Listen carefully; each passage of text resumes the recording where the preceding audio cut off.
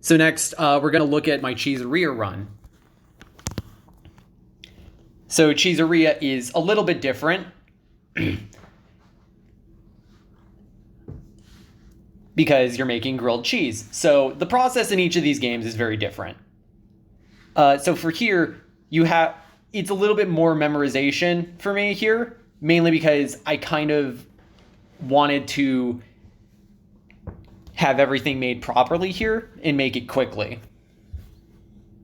So I'm actually, instead of immediately getting Sasha's order here, I get a little bit started on the order of the next customer coming in, because you can't kind of do multiple at once. I also put 2 vats in the fryers.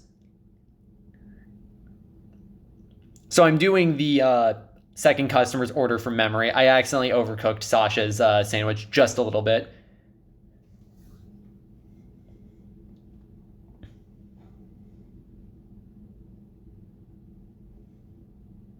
So one thing with this game is that sometimes it will, if you go a little too fast, and this is the thing that happens, sometimes stuff will just not show up. So for instance, if you cut the sandwich and then immediately try to go to the fry station, sometimes the sandwich won't be there, so you have to go back and then do it again. So yeah, as you can see, the sandwich I was making earlier, that was for this guy, Roy. He actually also was a former character that you could play as in Papa's Pizzeria, but I actually haven't done that game yet. So I'm also going to get his order in, and as you can see, that happened to me twice. So Cheeseria was actually the first game I got a world record in. So I have a bit of a fondness for it. However, when I got the record, I was doing more of doing everything precisely rather than just trying to get everything done fast. Because I thought it was more about points. I didn't realize until I saw a run for a different game that I had been doing everything wrong. This is after I had realized I had been doing everything wrong. So as you can see, we unlocked Doan. Doan gets sourdough, and also, as you can see, chicken is added now. So for these games, you generally want to have the stuff memorized, or at least you want to have notes on where everything is. I'm also guessing on who's going to get what for their fries next, because that's going to be really helpful to me.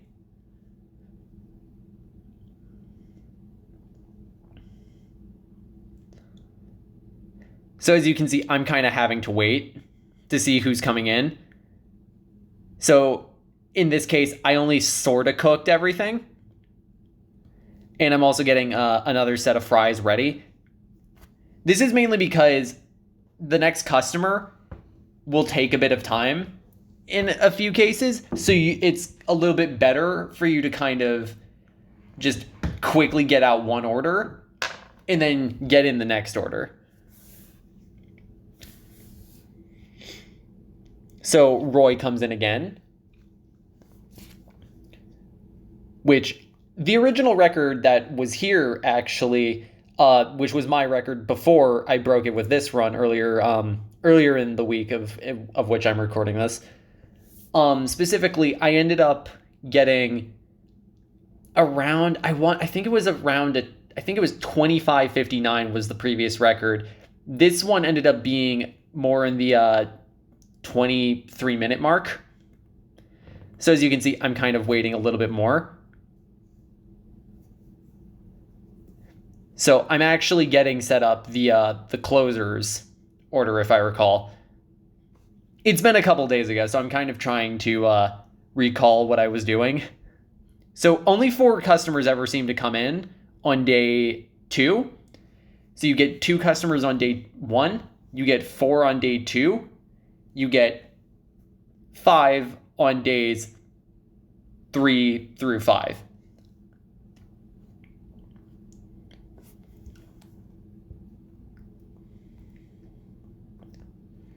So we have Roy's sandwich finished here. We send his in. It's a little bit more precise in this game, so you kind of have to be a little bit more balanced with how you're doing things. Like, some games are a bit more precise than others when it comes to how you're playing it. So you absolutely need to keep that in mind when you're playing these games, is that not every single game is created equal in the terms of how lenient it is on you. So this game is actually one of the ones that's a little bit less lenient. So as you can see, I'm basically grilling Sasha's sandwich here, and the closer isn't showing up. So what I'm going to do essentially here is I get Sasha's sandwich as good as I possibly can. The closer hasn't shown up. So I'm actually going to use one finger to hold his off so it stops cooking. And then I proceed to serve Sasha's. I get Sasha's order out. And then I can immediately get ready and start serving the closer's order.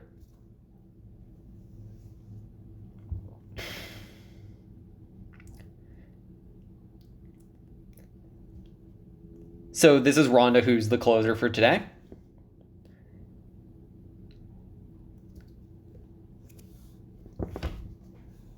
There's no real set way on how you can do this, technically. It kind of depends on... For me, this is what I felt worked fast. This one is actually one of the to-go games that's not as optimized, I would say, in terms of exactly how the methodology for how to, like, efficiently gain points. So as you can see, we unlocked Ember. She's the first customer. Generally, when you rank up, a new customer is unlocked and a new item is unlocked. We actually have a category in all of these games called All Ingredients, which is basically the closest to an any percent. Which essentially it means you have to unlock all of the ingredients. Which is time consuming, which is actually why when we do the All Ingredients runs, they end up being, they're actually not single segmented runs because those take a long time. And this game is very dependent on both luck and skill.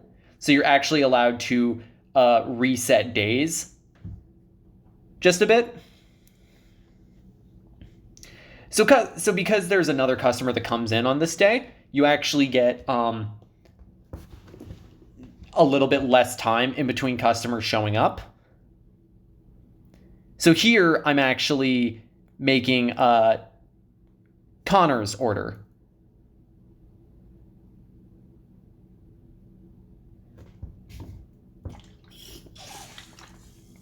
See, this actually gives me a little bit more time compared to day 2.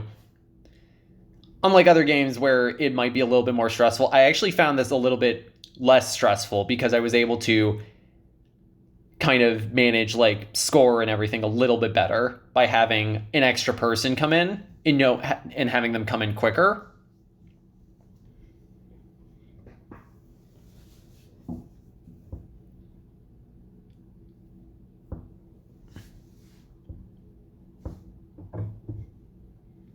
So again, this is a rank 5 run, which means in order to successfully clear it, you have to hit rank 5. Each game has a slightly different amount for what counts for points. So this is also one thing to note for day 3. Day 3 is the first day you get a special. A special can... Now, in my Donuteria run, you don't... It's the only game that getting the special actually is more trouble than it's worth.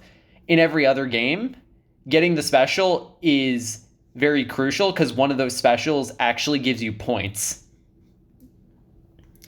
And for these, the person who brings in the special recipe actually grades your food a lot harder. So you want to actually be able to have their food made as good as possible for the sole purpose of you want to make sure you can actually get that special.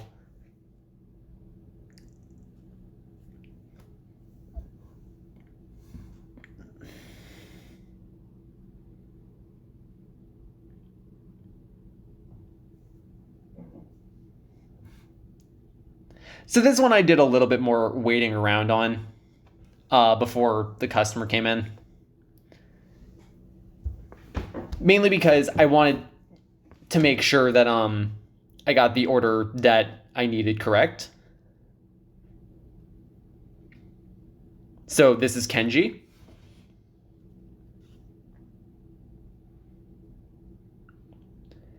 Uh, the order I got ready. I'm sorry, I'm a little out of it as I'm recording this. This is the closer's order that I prepared. So Roy's order is relatively cooked, so I'm going to get the fries in for Kenji, and then I'm also going to get started on Kenji's order proper.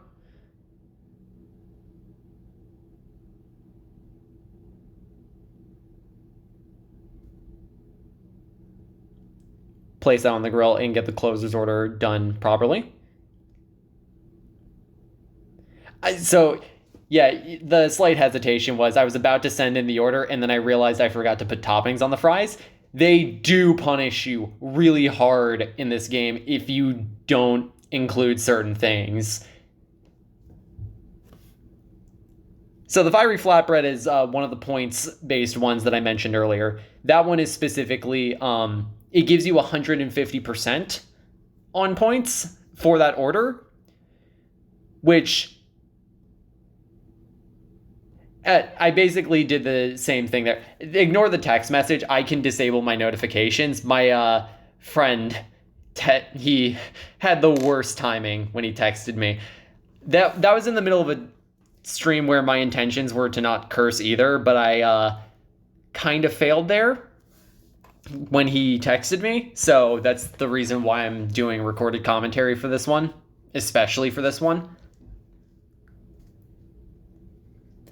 So you can see that I did the same thing, though, that I did on day 2, where I basically kind of held the closer's order. And I'm also basically preparing the closer's order immediately before he even orders.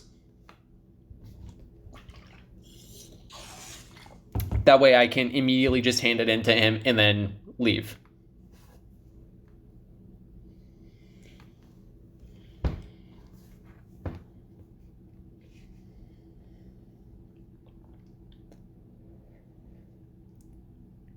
So that's day 3. And because Roy showed up 3 days in a row, you know what that means. We go to the shop, we buy a ticket, which those cost $25 in every game. We send one to Roy. That means he's coming. However, we also have a special that we use, and I didn't remember to include that. Which I ended up having that realization. However, because of the fact that I realized too late, in some cases I would have closed out and re-entered because there is nothing in the rules that says you can't. I kind of wanted to have my record as lowered as possible in one go. So I kind of said, oh well, I'll just put it in for day 5. So yeah, so this is Taylor. He orders on the new bread that we bring in, the focaccia bread. Because I know Roy's coming in as well, that means I can immediately start on his order. Now, in some games, it's not dead set clear on when the customer you give the customer coupon to orders. They could come in from anywhere from second to the second to last.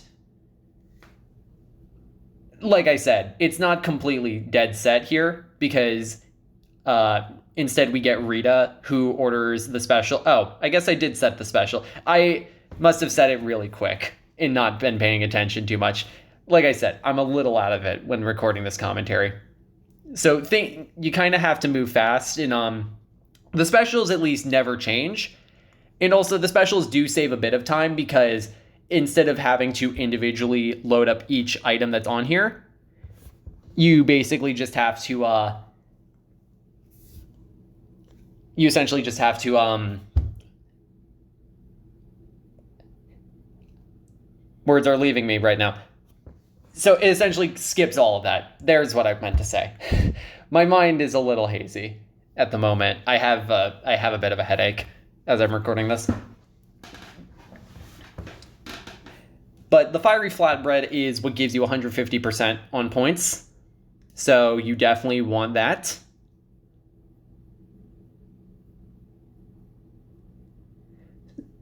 So I'm essentially holding Roy's off. I ended up overcooking it just slightly. If you hold it too long, it can end up overcooked. So I ended up doing what I did with the closer here as well.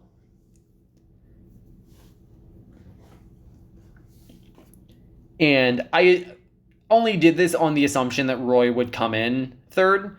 There was no guarantee that he was coming in third. So yeah, 140 points, which actually adds back compared to the amount you lose because you want to clear a certain threshold. I accidentally selected the bacon bits when doing that, so that was a complete accident, so that was a little bit of time loss. If you accidentally move it the wrong way, it can be a little bit sensitive and will end up doing that. So he does get bacon bits, but I didn't put the ketchup on first. However, because I did put them on, he still kind of gives credit for it. It's more because I didn't put them in the right order. So as we can see, Sasha comes in again.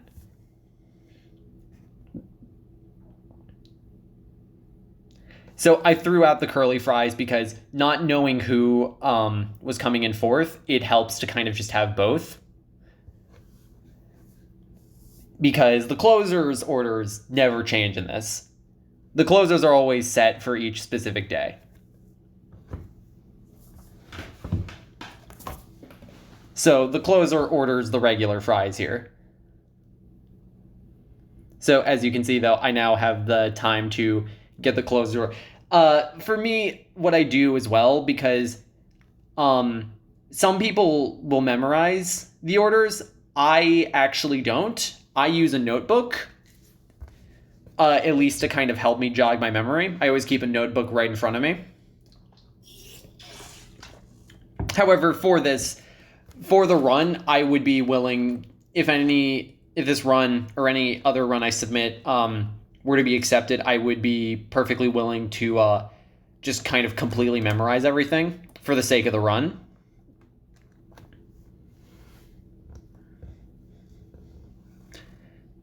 So now, because we have the closer's order there, I want to make sure that it's done as perfectly as possible.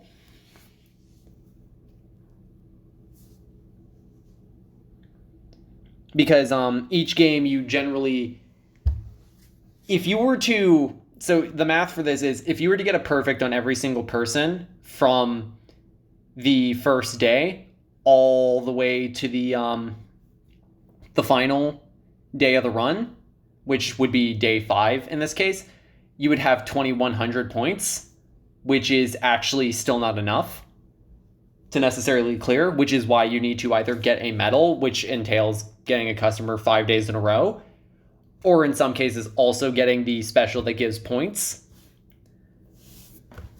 which in my original record, I just did the special that got points, but I was also working a lot slower.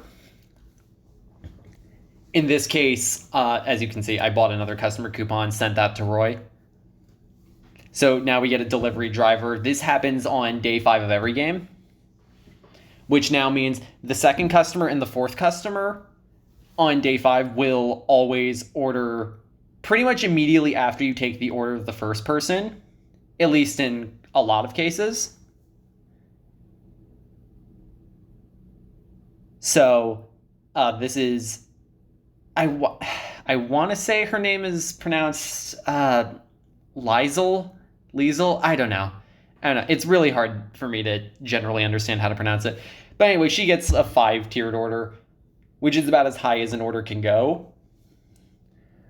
As you can see, I'm also prepping the special because knowing that the special comes in as well means that's a second sandwich you can immediately have ready.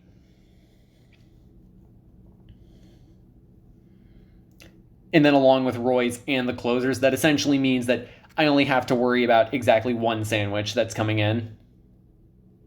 And as you can see, we get a call. And this is Amy. She wants the fiery flatbread. So I already have the special. The notifications are a little annoying, which is why I try to kind of disable them. So that was more of a precautionary measure to make sure I didn't overcook it more than anything.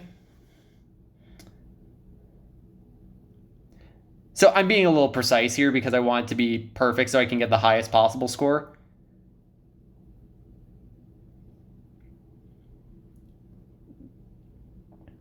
So because Amy orders curly fries as well, that means I have to put in another batch of curly fries for Roy. Because like I said, it's not completely set in stone as to when they're going to show up. So we send the order into her, and we get 99 points.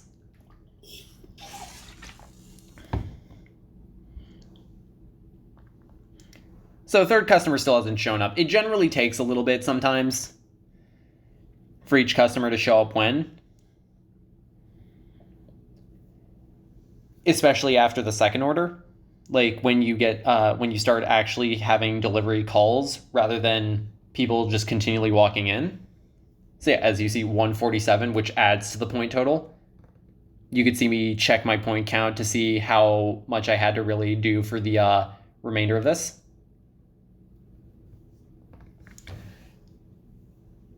So Roy comes in. As long as our score is good for this, we should be getting about well over 280 something points. So his fries are done. Flip that over. Now it's completely done. And as you can see, the thing that happened on the first day happened again. So the closer orders regular fries, which is why I'm putting in the regular fries in the vat. Put the toppings on Roy's, and hopefully it should be around perfect. It won't be because we overcooked the fries a little bit and misplaced stuff, but 297. Essentially, though, that means all we have to do now is we don't even have to really worry about the closer, so long as we do decently well on this.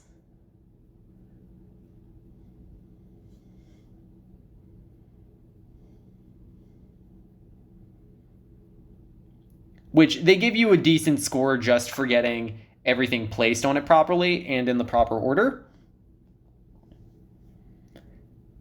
So as you can see, I did not care for the closer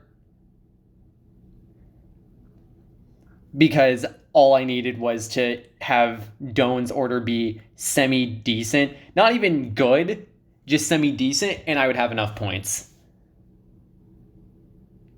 So we send his order in. It's not going to be very high scored, but it's more than enough.